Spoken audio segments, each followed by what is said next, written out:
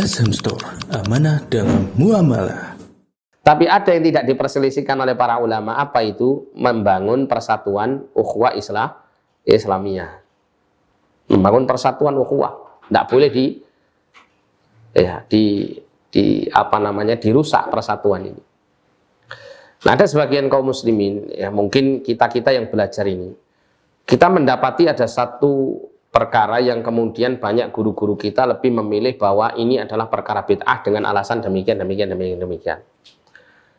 Kita mendapat itu tanpa kita melihat pendapat yang menyatakan itu sunnah.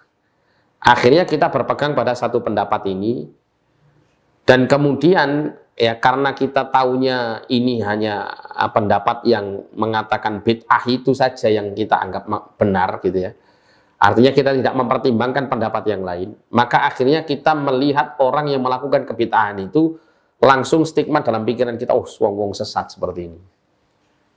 Orang-orang tersesat mereka ini, gitu ya. Ya apa enggak kira-kira? Jujur saja sudah. Selama kita ngaji kan begitu. Bahkan kita langsung dalam hati itu sudah punya pikiran orang ini enggak ahlus sunnah. Enggak ahlus sunnah ini, orang seperti ini. Ya, atau tidak sunnah lah gitu ya, tidak sunnah.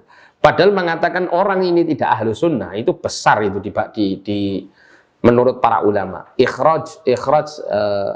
Ikhrajul mar'i min sunnah itu azim, kata Imam Ahmad bin Hanbal. Mengeluarkan manusia dari sunnah itu besar masalahnya. Ya. Besar, permasalahan besar, bukan permasalahan kecil. Seperti halnya seseorang itu apa? Mengkafirkan yang lain itu permasalahan besar, bukan permasalahan kecil. Karena nanti akan dimintai pertanggungjawaban.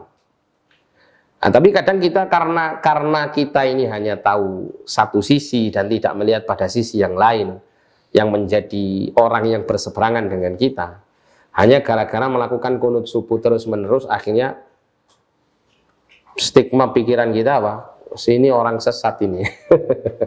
Ahlul bid'ah ini kan gitu ya, orang mesti sesat, keluar dari ahlus sunnah ya. Padahal tidak demikian. Antum kalau baca ya dasar-dasar hujahnya orang-orang yang menyatakan kunut subuh terus-menerus itu disunahkan, tidak ada yang mewajibkan ya, disunahkan. Imam Syafi'i, madhab Malik itu mensunahkan pengamalan kunut subuh ini. Kalau Imam Malik hanya mensunahkan sesekali, kalau Imam Syafi'i mensunahkan dengan sunnah ab'ad. Artinya sunnah ab'ad itu sunnah yang sebisa mungkin untuk tidak ditinggalkan. Ya. Jadi para ulama ini memiliki hujah yang kuat, tidak sembarangan, ya, tidak sembarangan. Kalau antum baca ya dalil-dalilnya, maka antum akan menganggap kunut subuh ini benar-benar disyariatkan, kuat sunnah memang.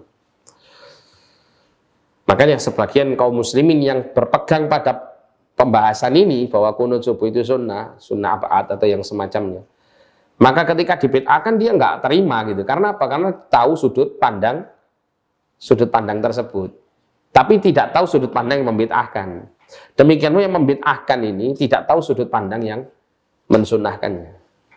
Kalau seandainya dua-duanya ini kita terangkan gitu ya, kita akan bingung, kita yang belajar ini akan bingung. Yang mana yang kuat ini di antara keduanya? Pasti begitu. Antum kalau belajar masalah fikih muqaranah ya, fikih perbandingan terutama dari madhab-madhab yang lain, antum akan bingung merojihkan yang mana. Karena apa? Karena sama-sama kuatnya. Karena sama-sama kuatnya pendapat-pendapat dari para ulama. Yang para ulama imam-imam mujtahidin mereka yang hafalannya sampai 1 juta hadis. Dengan kita yang hafalannya 100 hadis saja orang nyampe kan begitu. Ya kan? Di situ kadang kita ini ya seperti itu. Maka hati-hati ya. Maka hati-hati. Jadi kita bolehlah memilih. Misal kita yakini bahwa ini bid'ah, tapi untuk menyatakan kepada orang-orang yang berseberangan dengan kita ini juga harus proporsional. Ya kita katakan menurut apa yang saya ketahui itu bid'ah, tapi kalau memang Anda memiliki hujjah bahwa ini sunnah ya silakan Anda amalkan. Nggak perlu terlalu ngegas istilahnya gitu ya. Kalau terlalu ngegas itu tabrakan, bahaya.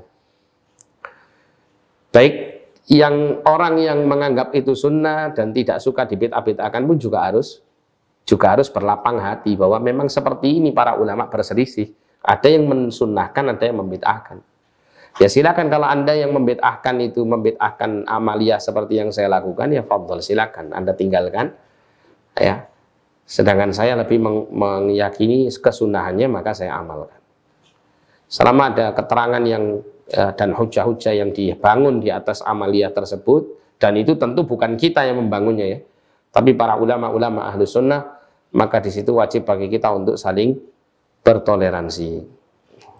Tapi tetap diperbolehkan dalam hal diskusi ilmiah untuk ya membicarakan tentang hal-hal seperti ini. Akan tetapi ini sebetulnya tidak selayaknya untuk menjadi hal-hal yang terlalu diperuncing kalau masalah seperti ini.